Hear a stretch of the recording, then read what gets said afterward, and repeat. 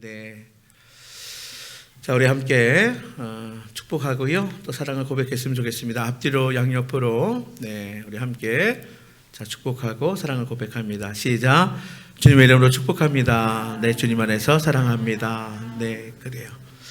자, 성령 강림 후 절기 보내면서 이렇게 인사했죠. 기억나시나요? 성령 충만하십시오. 행복하십시오. 다시 한번 해볼까요? 시작. 성령 충만하십시오. 네, 행복하십시오. 네, 그래요. 우리 행복이라는 단어는 우리나라 사람들이 가장 좋아하는 단어래요. 네, 그래서 행복한이라는 교회 이름이 앞에 있는 건 아니고, 우리가 흔히 믿음의 삶, 또 예수님의 제자의 삶을 할 때 뭔가 막 그 어려운 길을 가야 되고 또 고난의 길만 생각을 하는데, 맞습니다. 좁은 길이고 좁은 문으로 들어가는 길이에요. 그런데 그것이 행복하지 않으면 어떻게 갈 수 있겠습니까? 그렇죠? 역설이지만 좁은 문으로 들어가고 좁은 길로 가는 그 길, 주님 만날 때까지 우리가 이 땅에서 살아가는 그 삶이 여러분 기쁘지 아니하면, 행복하지 아니하면 우리가 어떻게 감당할 수 있겠습니까? 그래서 여러분 성령 충만하십시오. 행복하십시오. 그렇죠? 한 번 더 인사할까요? 시작. 성령 충만하십시오. 네, 행복하십시오. 네. 자, 오늘 제목이요. 메네 데겔 우바르신. 이게 무슨 말일까요? 예. 이게 무슨 언어일까? 무슨 뜻일까? 암호일까? 예, 그래요. 참 낯설어요. 자, 우리가 흔히 성경에 나오는 히브리어나 그리고 헬라어, 그렇죠? 많이 본 단어는 우리가 익숙한데, 이 메네 바로 데겔 우바르신 흔히 못 봤을 거예요. 근데 오늘 본문에 딱 기록되어 있어요. 자, 그래서 마치 암호 같은 이 말을 우리가 한번 풀면서 어떤 의미가 있을까, 우리가 귀한 은혜를 나누어 보고자 합니다. 자, 그럼 먼저 배경을 말씀을 드려야 되는데, 일부 예배 때 제가 말씀을 나누다 보니까 성경을 다니엘서 5장을 거의 다 읽었어요. 네, 그래서 잘 보세요. 성경이 있으신 분들은 5장을 딱 펴고, 없으신 분은 지금 여러분 핸드폰은 그럴 때 쓰는 겁니다. 예, 그래서 자, 배경은 지금 바벨론 왕궁에서 대규모 파티가 벌어졌어요. 자, 그 배경이 성경에 다 나옵니다. 바벨론 제국입니다. 성경을 볼 때는 나오는 제국이 굉장히 중요해요. 제일 먼저 나온 제국이 어딜까요? 애굽입니다. 애굽, 그렇죠? 출애굽할 때 배경은 애굽이에요. 지금의 이집트. 자, 그리고 바벨론은 지금의 이란이에요. 이란. 예. 그래서 이 바벨론 왕궁에 아주 엄청난, 그러니까 쉽게 얘기해서 파티가 벌어지고 있어요. 술 파티가 벌어지는데, 다니엘서 5장 1절로 3절 말씀을 우리 한번 보겠습니다. 자, 성경을 보세요. 자, 다니엘서 5장 1절로 3절 말씀에, 자, 찾으신 분들 그대로 한번 읽어보세요. 시작. 벨사살 왕이 그의 귀족 1000명을 위하여 큰 잔치를 베풀고 그 1000명 앞에서 술을 마시니라. 벨사살이 술을 마실 때에 명하여 그에 붙인 느부갓네살이 예루살렘 성전에서 탈취하여 온 금은 그릇을 가져오라고 명하였으니, 이는 왕과 귀족들과 왕후들과 후궁들이 다 그것으로 마시려 함이었더라. 이에 예루살렘 하나님의 전 성소에서 탈취하여 온 금 그릇을 가져오매 왕이 그 귀족들과 왕후들과 후궁들과 더불어 그것을 마시더라. 그들이 술을 마시고서는 그 금은 구리쇠 나무 돌로 만든 신들을 찬양하니라. 뭐 설명할 거 없어요. 여기 그대로입니다. 바벨론의 지금 왕이 벨사살 왕이에요. 그의 아버지는 느부갓네살. 느부갓네살을 우리가 너무 잘 알아요. 그렇죠? 자, 이 벨사살 왕이 바벨론의 지금 왕인데 귀족 1000명을 불러다가 왕궁에서 성대한 잔치를 벌이는 거예요. 대단하죠. 1000명을 불러다가 지금 잔치를 배설하는 거예요. 자, 그런데 분위기가 한참 무르익었을 때에, 그때에 왕이 이런 제안을 합니다. 가만히 보니까 자기 아버지가 느부갓네살 왕인데요. 이 느부갓네살 왕이 어떤 왕이냐? 바로 이스라엘을 멸망시킨 왕입니다. 그래서 이 느부갓네살 왕이 유다를 침공해서 예루살렘을 완전히 함락시키고 그리고 유다 사람들을 데리고 포로로 끌고 옵니다. 1차에 이어 2차로 이렇게 해서 이게 끌고 오는데 그때 포로만 끌고 온 것이 아니라 여러 가지 약취물들을 가져오는데 특별히 예루살렘 성전, 뭐예요? 하나님의 집, 하나님께 제사하는 그 성전에서 여러 가지 귀한 것, 왜냐하면 성전에 귀한 것으로 성전을 건축했잖아요. 그래서 여기 나오는 건 특별히 금그릇, 은그릇, 그 외에 얼마나 많이 있었겠어요. 그것을 약취해 오는 거예요. 근데 그렇게 약탈해 온 금그릇과 은그릇을 가지고 술잔으로 내어와라는 거예요. 자, 중요한 것은 뭐냐면 어디에서 쓰던 것? 예루살렘 성전에서 쓰던 금잔, 은잔을 가지고 뭐 하는데? 하나님께 예배하는 데 쓰는 금잔과 은잔을 내어다가 우리가 거기다 술을 부어서 마시자. 가져오너라. 이렇게 제안을 한 겁니다. 그래서 가지고 와서 금잔, 은잔에 술을 부어서 왕과 왕후와 후궁들과 그리고 그 자리에 모인 귀족들이 그 잔에다가 술을 부어서 마셨겠죠?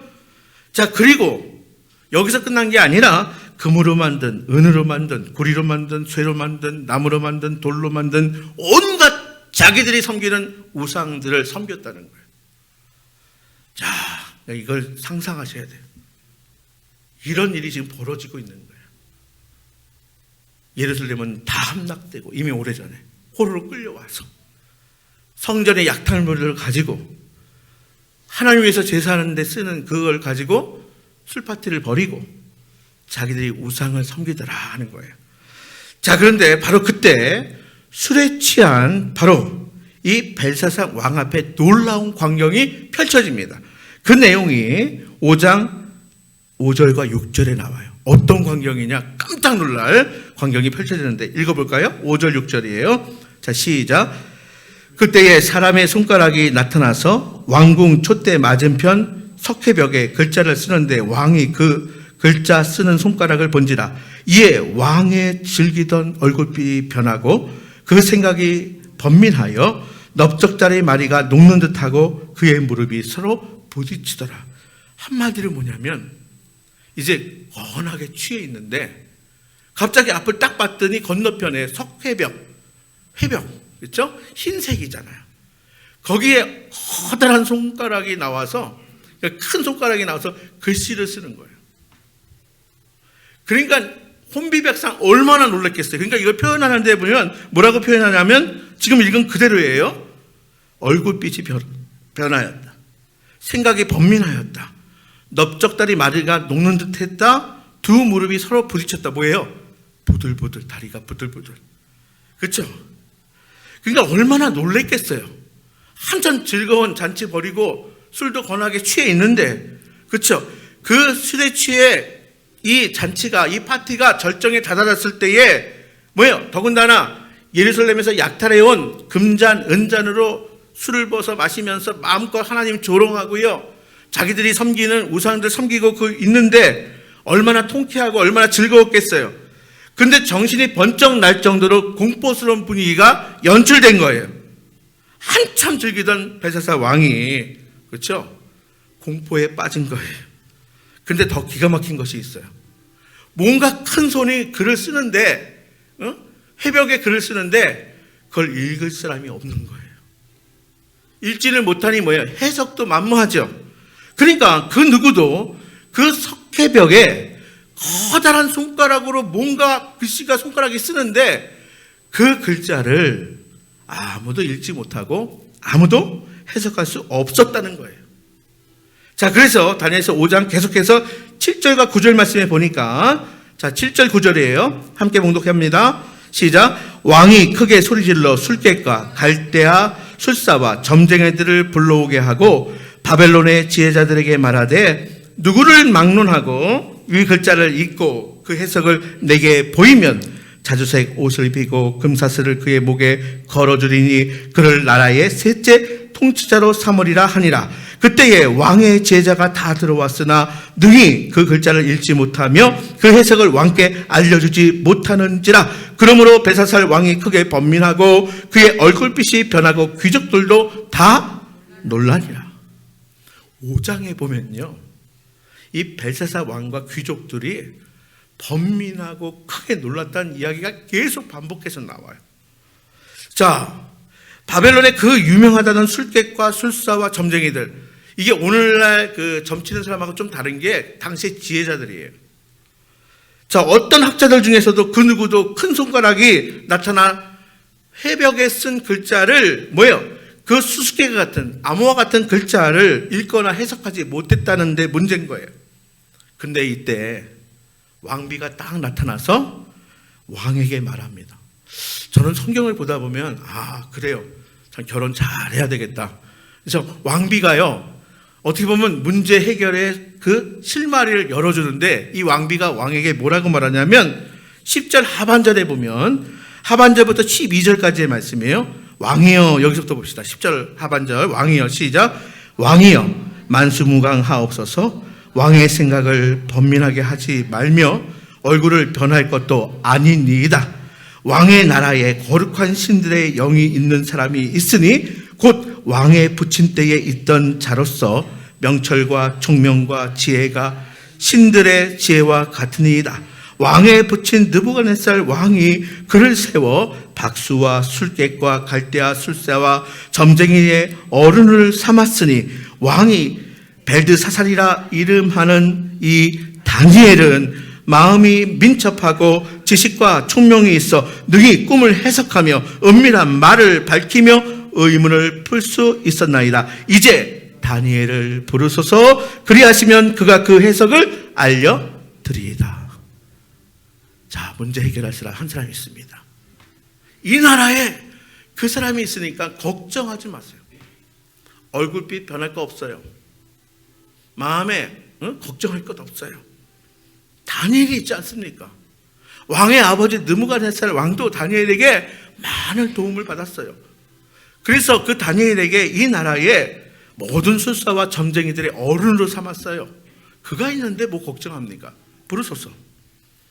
이렇게 왕비가요, 벨사살 왕에게 거룩한 신들의 영이 있는 자, 명철과 총명과 지혜와 신들의 그것과 같은 자라면서 다니엘을 추천하는 거예요. 여러분, 다니엘은 언제 이 바벨론에 왔느냐? 역시 포로로 끌려온 거예요.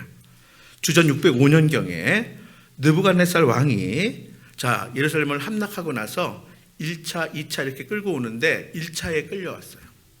근데 유다에서 포로로 끌려올 때에 주로 어른들, 장년들은 노동력을 제공하는 노예로, 그리고 다니엘은 어린아이로 왔어요. 당시에 좋은 명문가의 자녀나 아니면 머리가 뛰어난, 오늘로 이야기하면 영재들을 데리고 왔어요. 그래서 이 바벨론이 아무리 이방 민족이지만 이렇게 영재들을 데리고 와서 영재 교육을 시켜요. 그래서 나라에 기틀을 마련한 거예요. 그 중에 한 명이 다니엘이었어요. 다니엘뿐만이 아니라, 여러분 다니엘과 세 친구 잘 알죠? 다니엘, 사드락, 메삭, 아벳느고, 다니엘과 세 친구 이야기 잘 알 거예요. 그들이 다 어린아이로 영재로 바벨론에 끌려온 거예요. 그러니까 거기서 영재 교육을 받은 거예요. 그런데요, 이들에게 영재 교육 시킨 건 뭐냐면 바벨론화 시키려고 하는 거예요. 바벨론의 일꾼 만들려고. 그러면 당연히 바벨론의 우상을 섬겨야 되잖아요. 근데 다니엘과 세 친구들은 하나님만 섬기겠다고 작정합니다. 마음을 하나님께 고정합니다. 바벨론화 되지 않았습니다. 그래서요, 우상들에게 절하지 않습니다. 바벨론의 우상들을 섬기지 않습니다. 그 때문에 그들이 고초를 당하잖아요. 그렇죠? 풀무불에도 들어가고, 그리고 굶주린 사자굴에도 던져지잖아요. 다 알죠? 어린아이들 다 아는 내용이에요. 그런데 하나님께서는 이 다니엘의 세 친구들과 함께 하셔서 그들을 다시 건지시잖아요. 다시 살리시잖아요. 뜨거운 풀무불에 들어가서도 살아나고, 굶주린 사자굴에 던져져서도 살아나잖아요. 할렐루야? 하나님 함께 하시면 되는 거예요. 어쨌거나 그래서 지금 왕비가 느부갓네살 왕의 아들인 벨사살 왕에게 과거에 있었던 일들을 상기시키는 거예요. 그러면서 그 다니엘이 여전히 이 나라에 있으니, 여전히 우리의 포로로 있으니 걱정하거나 번민하지 마소서. 다니엘을 불러서 읽게 하고 해석하게 하면 됩니다. 예, 대단하지 않습니까? 이방 사람들이 이렇게 인정하는 거예요. 응? 어쩔 줄 모르는 거예요. 어떻게 할 수 있는 방법이 없어요. 자기들의 문제 해결 능력이 없으니까. 자, 그래서 뭐예요? 왕이 즉각 다니엘을 부르게 됩니다. 자, 그래서 우리 오늘 보면 바로 앞이에요. 다니엘 5장 13절 17절 말씀을 우리가 함께 봉독해 보겠습니다. 13절부터 17절 좀 길어요. 자, 시작. 이에 다니엘이 부름을 받아 왕의 앞에 나오매 왕이 다니엘에게 말하되 내가 나의 부왕이 유다에서 사로잡아온 유다 자손 중에 그 다니엘이냐. 내가 너에게 대하여 들은즉 내 안에는 신들의 영이 있으므로 내가 명철과 총명과 비상한 지혜가 있다 하도다. 지금 여러 지혜자와 술객들을 내 앞에 불러다가 그들에게 이 글을 읽고 그 해석을 내게 알게 하라 하였으나 그들이 다 그 해석을 내게 보이지 못하였느니라. 내가 내게 대하여 들은즉 너는 해석을 잘하고 의문을 푼다 하노라. 그런즉 이제 내가 이 글을 읽고 그 해석을 내게 알려주면 내게 자주색 옷을 입히고 금사슬을 내 목에 걸어주어 너를 나라의 셋째 통치자로 삼으리라 하니. 이어서 17절이에요. 다니엘이 왕에게 대답하여 이르되 왕의 예물은 왕이 친히 가지시며 왕의 상급은 다른 사람에게 주옵소서. 그럴지라도 내가 왕을 위하여 이 글을 읽으며 그 해석을 아뢰리이다. 예, 예물 필요 없습니다. 왕이 가지세요. 상급도 그냥 다른 사람 주세요. 그래도 내가 저 벽에 쓰인 글자를 내가 읽고 해석하겠습니다. 이런 거예요. 그러니까 뭐예요? 상급이 목적이 아니야. 그렇죠? 예물이 목적이 아니에요. 자, 이제 석회벽에 쓰여진 큰 손이 나타나서 쓴 그 글자를 거침없이 읽습니다. 그리고 해석합니다. 자, 그렇게 석회벽에 쓰여진 글을 자, 해석하는데 그 내용이 뭐냐면 오늘 본문의 말씀이에요. 자, 그래서 25절과 27절 이제 자, 석회벽에 쓰여진 암호 같은 글 그거에 대한 해석입니다. 자, 한번 볼까요? 25절, 26절, 27절 시작. 기록된 글자는 이것이니 곧 메네 메네 데겔 우 바르시니라. 그거를 해석하건대 메네는 하나님이 이미 왕의 나라의 시대를 세워서 그것을 끝나게 하셨다 함이요. 데겔은 왕을 저울에 달아보니 부족함이 보였다 함이요. 베레스는 왕의 나라가 나뉘어서 메대와 바사 사람에게 준바되었다 함이니이다. 아멘. 이러면 끝이에요. 여러분, 우선 이 글은요 고대 바벨론어입니다. 갈대아어, 아람어 이렇게도 불러요. 자, 그런데 지금 어느 나라예요? 바벨론이에요. 이상하지 않아요? 고대 바벨론어예요. 갈대아어예요. 아람어예요. 그런데 왜 바벨론 사람들이 읽지도 못해요? 해석은 둘째치고 읽지도 못했어요. 여러분, 왜 그랬을까요? 아니, 지금 고대 바벨론어예요. 아람어예요. 갈대아어예요. 근데 읽지도 못했어요. 왜냐하면 거기에 비밀은 메네 메네 데게 우 바르신, 이게 아람어인데 표기를 히브리어로 한 거예요. 유다 사람들만 읽을 수 있는 히브리어로 적어놓고 메네 메네 데게 뭐예요? 우 바르신. 그러니까 읽지를 못하는 거예요, 히브리어를. 자, 그런데 다니엘은 어느 나라 사람이에요? 유다 사람이에요. 모국어예요, 히브리어는. 그러니까 딱 보니까 뭐예요? 메네 메네 메겔 우 바르신. 그런데 그것은 또 아람어예요. 그걸 보고 나서 하나님이 주신 지혜와 총명으로 그 상황에 맞게 해석을 한 거예요. 무슨 얘기인지 아시겠죠? 자, 바로 메네메네 되게 우바르시는 분명 바벨론 말, 아람 말인데 그것을 유대 사람의 문자인 히브리어로 기록했기 때문에 아무도 읽을 수 없었지만 유다 사람인 다니엘이 그 히브리어를 읽고 하나님이 주신 지혜와 총명으로 거침없이 탁월하게 해석할 수 있었다는 거예요. 그렇다면 메네 무슨 뜻이냐? 여러분 메네는요 메나라는 동사의 바로 수동 분사형이에요. 무슨 말이냐 하면 메나는 수를 세다, 계산하다, 계수하다예요.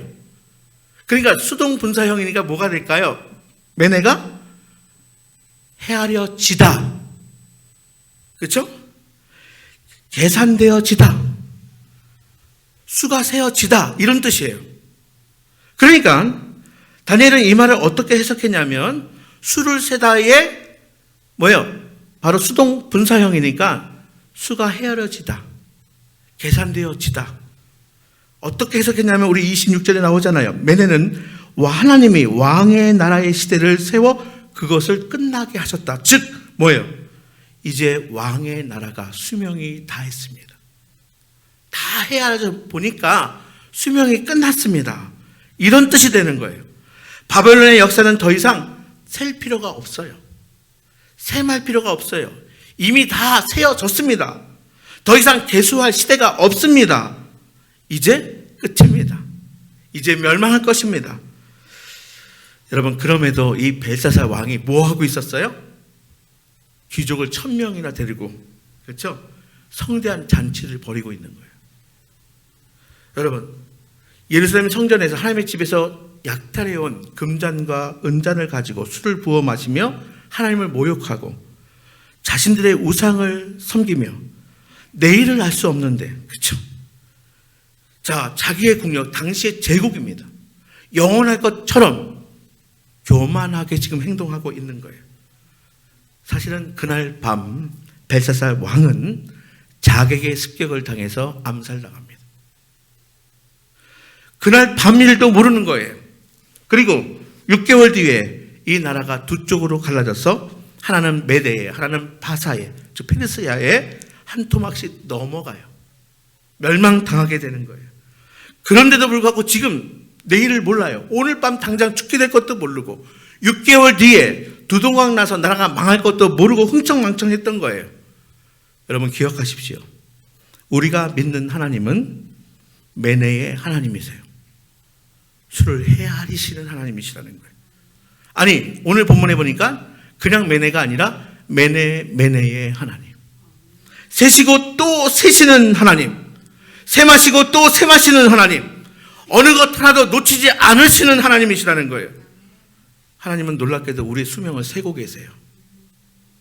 우리는 누구도 우리의 수명이 언제인지 알지 못하잖아요. 그러나 하나님은 세고 계세요. 성경에 보니까 우리의 머리카락도 세시는 분이시래요. 여러분 이렇게 어려운 중에서도 우리가 주일날 예배드리는 우리의 믿음, 우리의 믿음의 그 중심을 하나님이 세시고 계시는 거예요.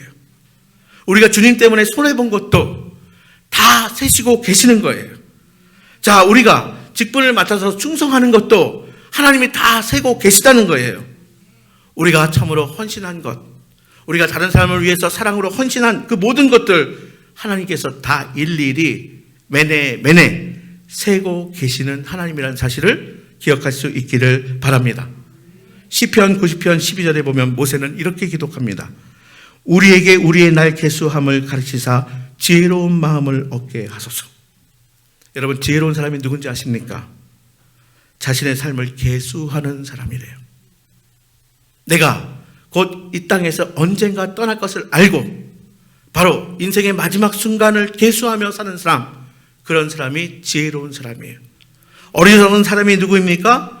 오늘 바로 벨사살 왕처럼 내일을 알 수 없음에도 불구하고 자신의 삶을 계수하지 못하는 사람은 참으로 미련하고 어리석은 사람이라는 거예요. 지금의 자기의 자리, 자기의 명예, 자기의 건강, 자기의 처지, 자기의 수명이 앞으로도 계속될 것인 양 금잔, 은잔에 술을 부어 마시는 인생, 자기의 날들을 계수할 줄 모르는 참으로 어리석은 인생, 우리가 꿈에서라도 되지 않게 되기를 바랍니다. 지금 이 순간에도 나를 세마시고 하나님은 바로 지금 매네 하신다는 사실을 결코 잊지 마시기를 바랍니다. 그래서 올해도 나를 세마사 내게 부여하신 모든 점수를 다 평가하시는 하나님, 그 하나님께 여러분 칭찬 듣고 하나님의 기쁨이 될 수 있기를 바랍니다. 다음은 대겔이에요. 대겔이라는 말 역시 데칼이라는 동사의 수동 분사형이에요. 그럼 데칼은 뭐냐? 여러분, 무게를 잰다는 거예요. 무게를 재다, 데칼이에요. 그러니까 데칼의 수동 분사형이니까 뭐예요? 무게가 재어지다 이거예요. 중량이 재어지다 이거예요. 그래서 다니엘은 이 해석도 이렇게 합니다. 27절에 보면 하나님이 왕을 저울에 달아보니 부족하다. 쉽게 얘기할까요? 함량 미달이다. 여러분, 이게 비유가 맞는지 모르겠는데, 체중 감량을 할 때, 그렇죠? 목표를 정하잖아요. 저도 빼야 되는데, 근데 매일매일 저울에 올라요. 근데 이상하게 내가 운동도 하고 먹는 것도 줄이는데 생각보다 안 줄어. 그럼 어떻게 돼요? 실망스럽죠. 그렇죠? 재는데 생각보다 안 줄으면. 마찬가지로 하나님께서 우리를 무게를 재신다는 거예요. 근데 하나님의 기대치가 안 돼. 실망스러운 거예요.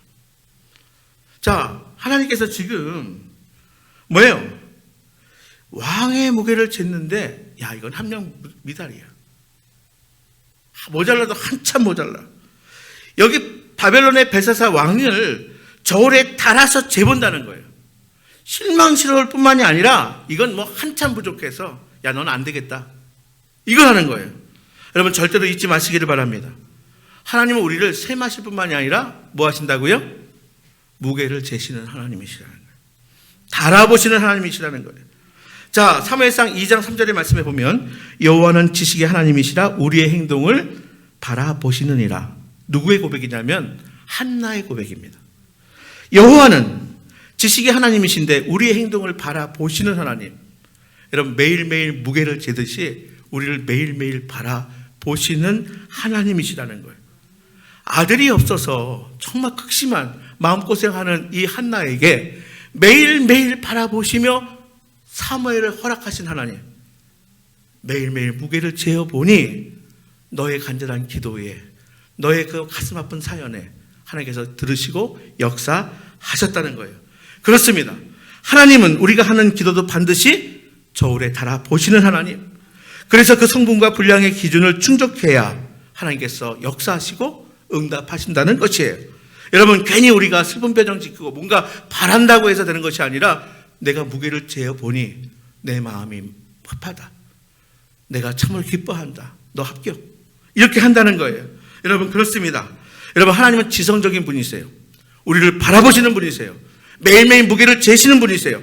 정확한 눈금으로, 정확한 데이터로 그 근거에 판단하여 우리를 바라보시고 우리를 대하시는 하나님이신다는 사실을 기억할 수 있기를 바랍니다. 여러분, 사람은 저울을 속여요. 하나님을 속일 수 있을까요? 절대 못 속여요. 우리의 무게를 대시는 그 하나님 절대로 속일 수 없습니다. 하나님은 매일매일 달아보신다는 걸. 여러분, 그럼에도 바벨론의 이 벨사살 왕은요, 자기가 최고인 줄 알았어요. 왜요? 세계 최강의 제국 아닙니까? 그 나라의 왕입니다. 그랬으니 오죽했겠습니까? 자, 그래서 오늘 본문의 22절 하반절부터 다시 살펴보면 22절 하반절에 그가 마음을 낮추지 않고 자기를 하나님보다 더 높이며 하나님의 성전 그릇을 가져다가 왕후들과 후궁들과 함께 그것으로 술을 마시며 우상들을 찬양했다. 이렇게 기록하지 않습니까? 그래서 하나님이 보실 때에 하나님의 저울에 의해서 한참 미달이었다. 여러분, 저는요, 오늘날 위정자들을 볼 때에, 정치인들을 볼 때 하나님이 어떻게 재실까? 오늘날 저를 포함한 목회자를 볼 때 하나님께서 어떻게 무게를 재실까? 저는 그 사실을 생각하면 두렵습니다. 그럼에도 불구하고 긍휼하신 하나님께 긍휼을 구하고, 하나님, 저에게 기회 주시니, 시간 주시니 참 감사합니다. 이렇게 보내고 있습니다. 여러분 모두가 하나님이 우리의 주목하여 보시고 그리고 우리의 무게를 재시는 하나님을 기억하시기를 바랍니다. 이제 마지막으로 우바르신이에요. 우바르신. 자, 우바르신은 뭐냐면 우는 그리고라는 뜻이에요. 그리고, 그렇죠? 바르신은 페라스, 이 동사의 수동 분사형이에요. 페라스가 뭐냐? 둘로 쪼개다, 이런 뜻이에요. 둘로 나누다, 이런 뜻이에요. 그러니까 수동 분사형이 뭐랄까요? 뭘까요? 나뉘어지게 한다는 거예요. 나뉘어지다, 이거예요. 여러분, 28절의 말씀을 보면 다니엘이 이 말을 어떻게 해석하냐면 왕의 나라가 나뉘어져서 메대와 바사 사람에게 준 바 되었다, 이렇게 기록하고 있어요. 아닌 게 아니라 아까 말씀드렸어요. 그날 밤에 벨사살 왕은 몰래 침투한 바사군에 의해서 암살당하고요. 그로 6개월 후에 바벨론은 메대와 바사의 둘로 나뉘어서 각각 멸망당합니다. 그래서 바로 지금의 이라크인 고대 바벨론은 지금의 이란인 고대 바사에게 멸망당해요. 이 바사가 페르시아입니다. 그렇습니다, 여러분. 하나님은 반드시 심판하시는 하나님. 그럼에도 벨사살 왕은 자기가 하나님의 심판을 받을 줄을 알지 못하고 이 나라가 영원히 계속될 것처럼 교만하게 살았던 거예요. 꿈에도 생각하지 못했던 거예요. 도리어 자기가 세상의 심판자처럼 여겨지며 살았던 거예요. 그래서 교만했고 아나무인이었고 세상을 함부로 살았습니다. 기억하십시오. 하나님은 세시는 하나님, 그리고 무게를 재시는 하나님, 주목하시는 하나님, 그리고 하나님께서 역사를 주관하고 계시다는 사실을 기억하시기를 바랍니다. 여러분, 오늘 본문의 말씀에 메네 되게 우발하신 하나님임을 꼭 기억하는 여러분들 되시기를 바랍니다. 세어보시고 달아보신 후에 반드시 상을 주시고 또 벌을 내리시고 판단하시고 심판하시는 하나님임을 잊지 않는 우리 모두가 되시기를 바랍니다. 여러분, 메네 바로 하나님의 그 마음을 우리가 품고요. 또 뿐만이 아니라 대결의 하나님 마음을 품고요. 우발하신 그 마음을 품고 우리가 살아감으로 정말 우리가 삶의 기준 미달이 아니라 함량 미달이 아니라 하나님이 기뻐하시는 복된 성도들 다 될 수 있기를, 그래서 아름다운 인생, 복된 삶을 살아가는 거룩한 성도들 다 될 수 있기를 주님의 이름으로 축복합니다.